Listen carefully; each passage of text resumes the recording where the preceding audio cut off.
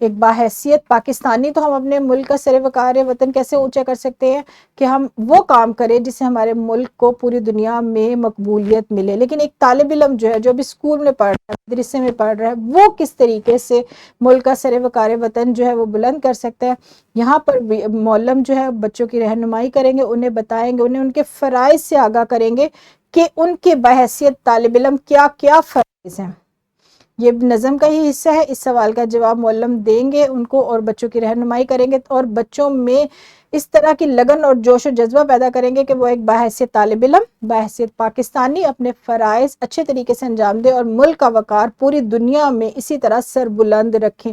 اور باحیثیت پاکستانی ہمیں اسی طریقے سے اپنے ملک کے لیے دعا کرنی ہے کہ ہمارے ملک کا وقار کبھی بھی جو ہے وہ سرنگوں نہ ہو, کبھی بھی ہم مشکل میں نہ آئے, بلکہ کیا ہو کہ ہمارا ملک اسی طرح ترقی اور خوشحالی کرتا رہے. بچوں ہم بڑھتے ہیں اپنے آج کے دوسرے حاصل تعلم کی طرف.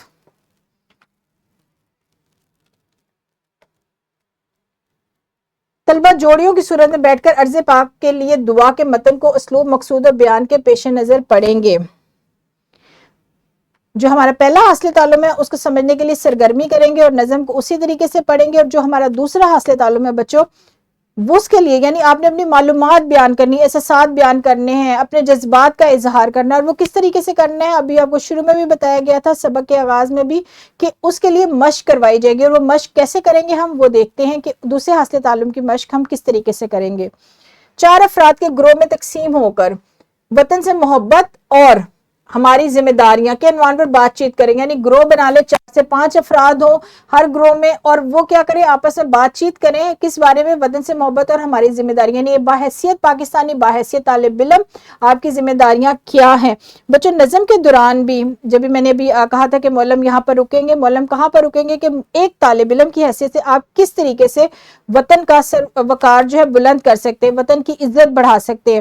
اور معلم نے اس سلسلے میں آپ کی رہنمائی بھی کی ہے, معلم نے اس سلسلے میں آپ کو بتایا بھی ہے. اب وہی سوال جو ایک سرگرمی کے طور پر آپ سے پوچھا جائے گا کہ ہماری ذمہ داری یعنی آپ کی کیا ذمہ داری ہے ایک باحیثیت پاکستانی, باحیثیت طالب علم.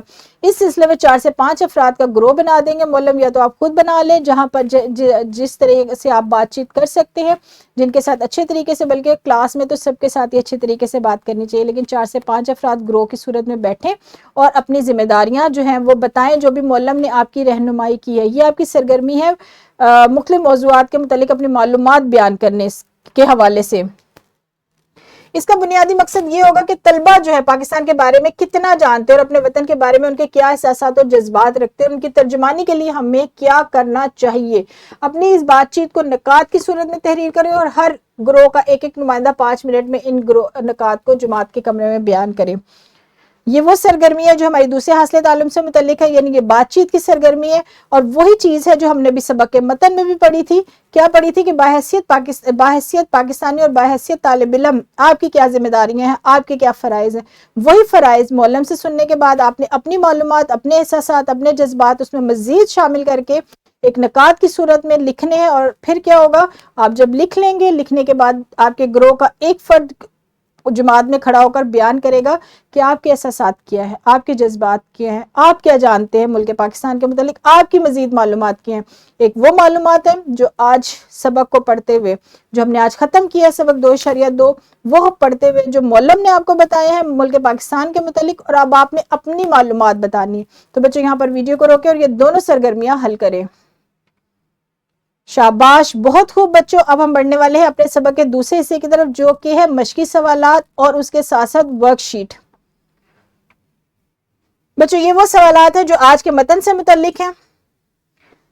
یہ کام آپ کاپی پر کر کے لے کر آئیں گے. 3 سوال ہیں اور اس کے ساتھ ساتھ ایک اور ورک شیٹ ہے جس میں ہے پاکستان کی ترقی میں ہمارا کردار.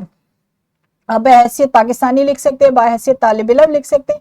اس پر آپ نے 1 منٹ کی ویڈیو بنانی ہے اور اپنی معلومات اور مشاہدات بیان کرنے ہیں.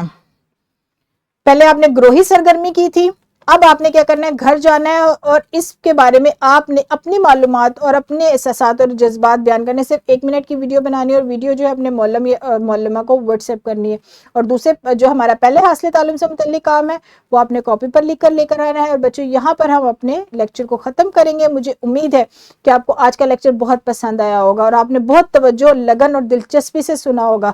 جو ہماری ورک شیٹ ہے، جو ہمارا لیسن پلان ہے، وہ ہم ڈسکرپشن میں دے چکے ہیں، وہاں سے آپ ڈاؤن لوڈ کر سکتے ہیں۔ کل ملیں گے بچوں ایک نئے سبق کے ساتھ، تب تک اپنا بہت سارا خیال رکھیے گا۔ خدا حافظ، شکریہ۔